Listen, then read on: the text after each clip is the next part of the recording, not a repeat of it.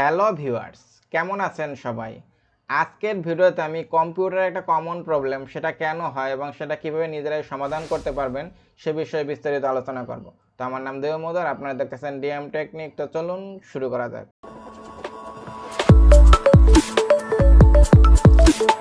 প্রথমে আপনাদের একটা কথা বলে রাখি, কম্পিউটারে যত সমস্যা হোক না কেন তার প্রায় 80% সমস্যার সমাধান নিজেরাই করা যায়।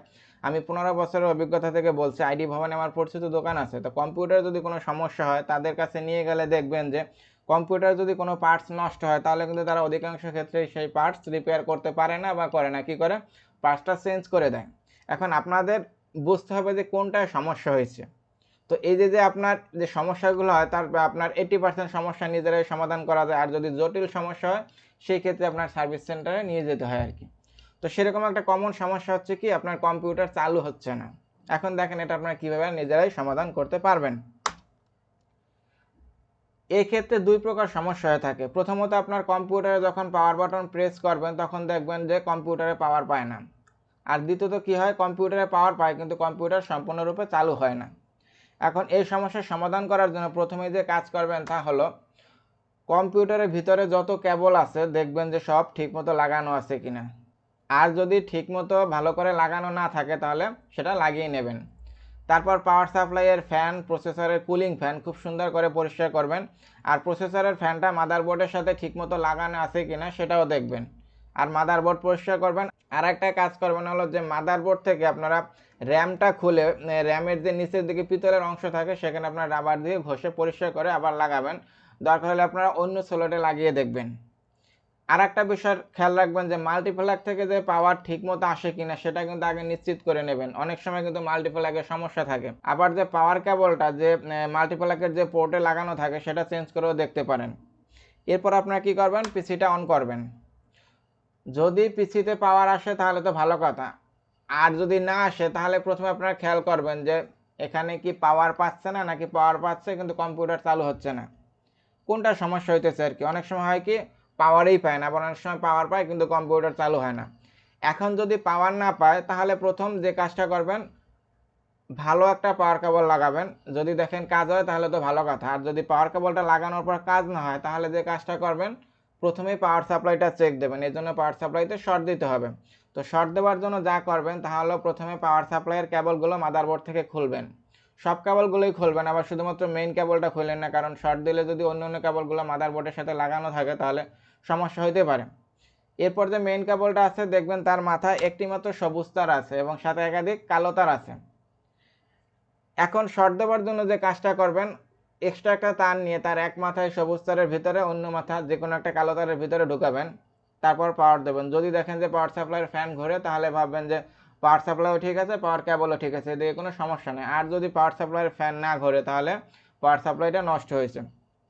এখন একটা কথা মনে হতে পারে যে পাওয়ার সাপ্লাই শুধুমাত্র ফ্যান যদি নষ্ট হয় তাহলে কিভাবে চেক দেবেন। হ্যাঁ, যদি ফ্যান নষ্ট হয় তাহলে এভাবে কিন্তু পাওয়ার সাপ্লাই চেক দেওয়া যাবে না, সেই ক্ষেত্রে আপনাদের ডিভাইস দিয়ে চেক দেওয়া লাগবে। এখন একটা কথা হলো যে আপনার পাওয়ার সাপ্লাইয়ের যে ফ্যান, এটা নষ্ট হওয়া একটা বিরল ঘটনা, এটা সাধারণত নষ্ট হয় না। এখন যদি ফ্যান ঘোরার পরও পিসিতে পাওয়ার না আসে তাহলে যে কাজটা করবেন সেটা হলো, আপনার যে পাওয়ার বাটন আছে, পাওয়ার বাটনের যে কেবলটা মাদারবোর্ডের সাথে লাগানো থাকে সেটা সেখান থেকে খুলবেন এবং ওইখানে আপনারা শর্ট দেবেন। তাহলে যদি পাওয়ার বাটন রিলেটেড কোনো সমস্যা থাকে তাহলে অবশ্যই পিসিতে পাওয়ার চলে আসবে। আর এত কিছু করার পরও যদি পিসিতে পাওয়ার না পায় তাহলে বুঝতে হবে সমস্যা জটিল। সেক্ষেত্রে আপনার মাদারবোর্ড নষ্ট হওয়ার সম্ভাবনা সবচাইতে বেশি। প্রসেসরও নষ্ট হতে পারে, তবে প্রসেসর নষ্ট খুব কম হয়। এক্ষেত্রে আপনার সার্ভিস সেন্টারে নিয়ে গিয়ে ঠিক করবেন, কারণ এই সমস্যা হলে আপনারা নিজেরা ঠিক করতে পারবেন না। তবে এত সময় যে বিষয়গুলো নিয়ে আলোচনা করলাম সেটা হচ্ছে আপনার যে পিসিতে যদি পাওয়ার না পায় আর কি, আর যদি পাওয়ার পায় কিন্তু পিসি চালু না হয় তাহলে যা করবেন, দেখেন অনেক সময় হয় কি যে পিসি দেখতেছেন ঠিকঠাক মতো সব চলতেছে, আপনার কুলিং ফ্যান চলতেছে, সব কিছু ঠিক আছে, কিন্তু মনিটরে কিছুই আসতেছে না। তাহলে প্রথমেই যে জিনিসটা খেয়াল করবেন সেটা হচ্ছে মনিটরে লাইন ঠিক মতো পাইছে কিনা। এরপর ভিজিএ কেবলটা চেক করবেন, যদি সমস্যা থাকে তাহলে ঠিক হবে। এরপর যদি দেখেন যে না, আপনার কি হইতেছে, একটা মনিটরে একটা লেখা আসতেছে, ওই লেখাটা দেখলেই কিন্তু বোঝা যায় যে এটা দ্বারা কি বোঝানো হয়েছে। যদি হার্ড ডিস্কের প্রবলেম হয় তাহলে বোঝা যায় যে কি লেখা আসে, ডিটেক্ট করতেছে না হার্ড ডিস্কটা আর কি। তাহলে আপনারা বুঝবেন যে হার্ড ডিস্কে আপনার সমস্যা হইতেছে বা হার্ড ডিস্কটা পাইতেছে না। তো সেক্ষেত্রে আপনার যে হার্ড ডিস্কের যে লাইনগুলো থাকে, তো লাইন তো আমি আগেই চেক দিতে বলছি, সেগুলো দেখবেন। আবার অনেক সময় হয় কি দেখবেন যে উইন্ডোজের প্রবলেম থাকে, সেটা ওখানে লেখা আসে, তো সেই ক্ষেত্রে আপনারা উইন্ডোজ দেবেন। এখন অনেক সময় দেখবেন যে উইন্ডোজ দিতে গেলে উইন্ডোজ নেয় না, সেক্ষেত্রে কিন্তু হার্ড ডিস্কের প্রবলেম হয়। এখন আপনাদের শিওর হইতে হবে যে হার্ড ডিস্কের সমস্যা আছে কিনা। যদি হার্ড ডিস্ক নষ্ট হয়ে যায় তাহলে আপনাদের হার্ড ডিস্কটা চেঞ্জ করলে হবে, এরপর উইন্ডোজ সেটআপ দিয়ে নেবেন।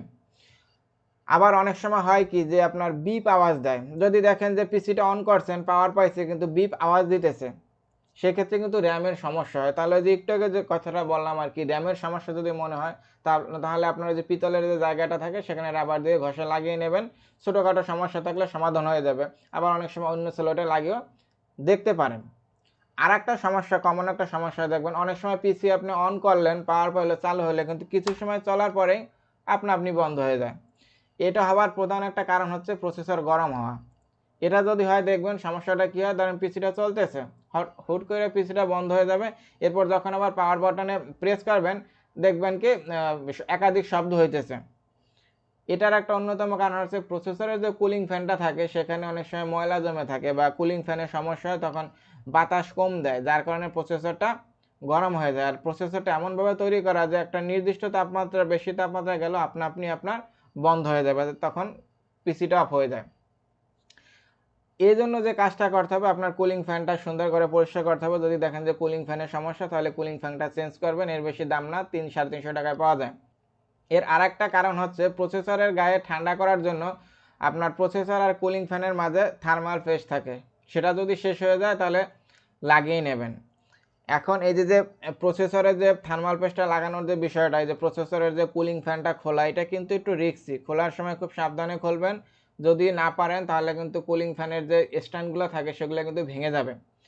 আর একটা বিষয় আছে, আপনার অনেক সময় প্রসেসরে যে মাদারবোর্ডের সাথে লাগানো থাকে সেখানেও সমস্যা থাকে, তো সেক্ষেত্রে যদি প্রসেসরটা খুলে পরিষ্কার করে লাগানো যায় তাহলে কিন্তু অনেক সময় কাজ হয়। কিন্তু এই যে আমি সাজেস্ট করবো যে প্রসেসরের যে খোলার বিষয়টা মাদারবোর্ড থেকে, ওখানে কিন্তু অনেক সূক্ষ্ম সূক্ষ্ম পিন থাকে, যদি আপনারা পিনের উপর কোনো রকমের ঘষা মাজা করেন তাহলে কিন্তু মাদারবোর্ডটা একেবারে নষ্ট হয়ে যাবে। তো প্রসেসর খুলতে চাইলে আপনার যদি ভালোভাবে পারেন তাহলেই কিন্তু ওই যে আপনার কুলিং ফ্যানটা খুলবেন, প্রসেসরটা খুলবেন। আর যদি আপনারা সেটা না পারেন বা অভিজ্ঞতা না থাকে তাহলে কিন্তু কখনোই প্রসেসর নিজে নিজে খুলতে যাবেন না, কারণ এটা খুব রিস্কি কাজ।